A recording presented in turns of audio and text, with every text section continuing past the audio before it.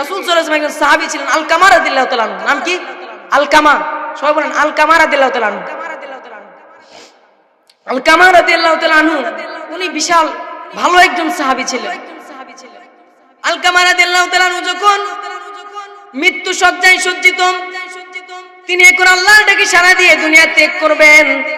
এমন সময় সমস্ত সাহাবীরা বলতেছেন, ও আলকামা তুমি কালিমা পড়ো। কিন্তু আলকামা রাদিয়াল্লাহু তাআলা আনহুর মুখ দিয়ে কালিমা আসতেছিল না।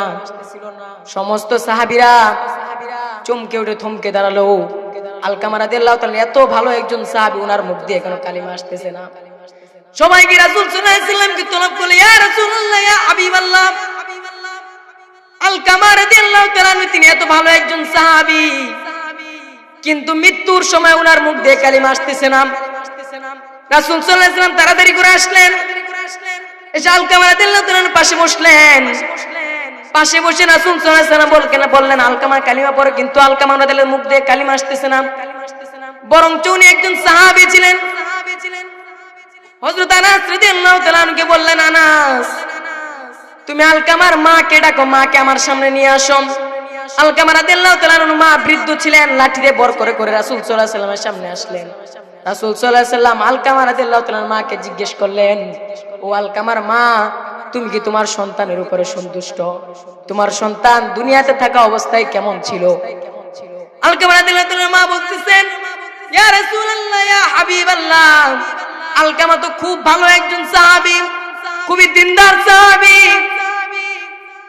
তারপর রাসূল সাল্লাল্লাহু আলাইহি ওয়াসাল্লাম বলতেছেন, সে এত দিনদার হওয়া সত্ত্বেও তার মুখ দিয়ে কোনো কালিমা আসতেছে না। তারপর মা বলতেছেন, ইয়া রাসূলুল্লাহ, ইয়া হাবিবাল্লাহ, আলকামা এত ভালো একজন সাহাবী হওয়া সত্ত্বেও আমি তার উপরে সন্তুষ্ট না। রাসূল সাল্লাল্লাহু আলাইহি ওয়াসাল্লাম বেলাল রাদিয়াল্লাহু তাআলা বললেন, বেলাল লাকড়ি জোগাড় করো, লাকড়ির স্তূপ বানাও, আমি আলকামার লাশকে পুড়িয়ে দিব। মা এই কথা শুনে চমকে উঠে থমকে দাঁড়ালো। আমার সামনে আমার সন্তানের লাশ পুড়বে, এটা আমি সহ্য করতে পারি না।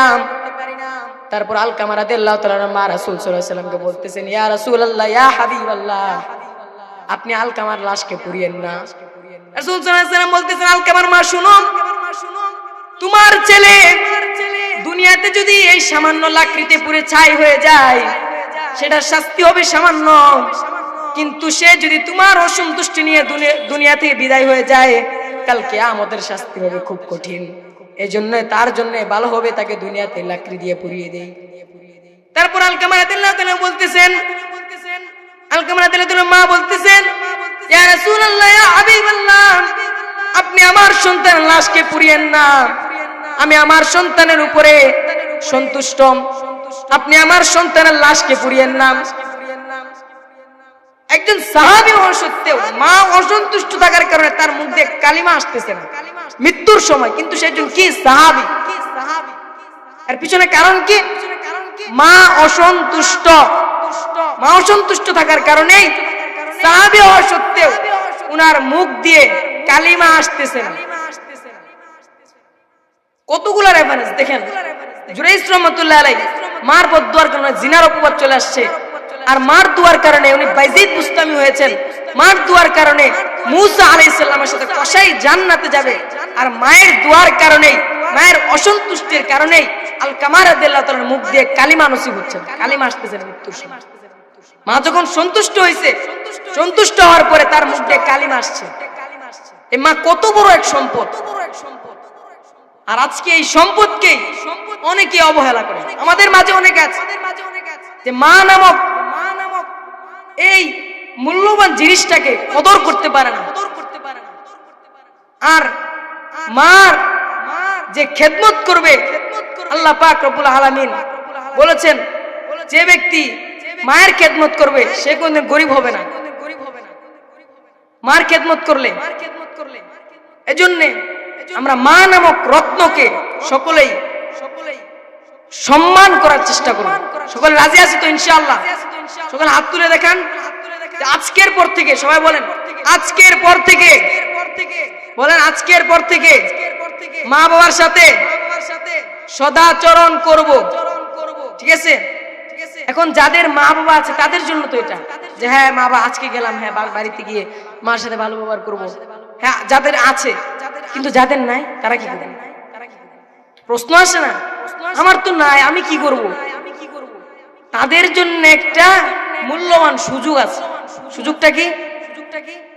যাদের মা বাবা নাই দুনিয়াতে, তাদের জন্য সুযোগটা হচ্ছে তাদের মা বাবা যেখানে শুয়ে আছে সেই জিনিসটাকে, সেই জায়গাটাকে টাকা দিয়ে হোক, সম্পদ দিয়ে হোক, মেহনত দিয়ে হোক, পরিশ্রম দিয়ে হোক, কষ্ট করে হোক, সেই জায়গাটাকে সুন্দর করে দেওয়া। আর সেই জায়গাটাকে সুন্দর করে দেওয়ার পরে সেখানে এসে যত মানুষ দোয়া করবে সমস্ত দোয়ার নেকি তার মা বাবা পাবে। তাদের জন্য সুযোগটা হচ্ছে তাদের মা বাবা যে কবরস্থানে শুয়ে আছে, কবরস্থানে কাজের ভিতরে সাহায্য করলে, সেই কবরস্থানকে সুন্দর এরিয়া বানিয়ে দিলে সেখানে এসে যত মানুষ দোয়া করবে সমস্ত মানুষের দোয়ার ফল তার মাতা পিতার কবরে যাবে। যাদের নাই এটা, তাদের জন্য সুবর্ণ সুযোগ, এর চেয়ে বড় সুযোগ পাবেন না। আর যাদের আছে তারা আজকের পর থেকে মাতা পিতার সদাচরণ করার চেষ্টা করবে ইনশাআল্লাহ। সকলে রাজি আছে তো ইনশাআল্লাহ? এখন আমাদের যে এখানে একটা কবরস্থান দেখছিলেন তো, বিশাল বড় কবরস্থান, এখানে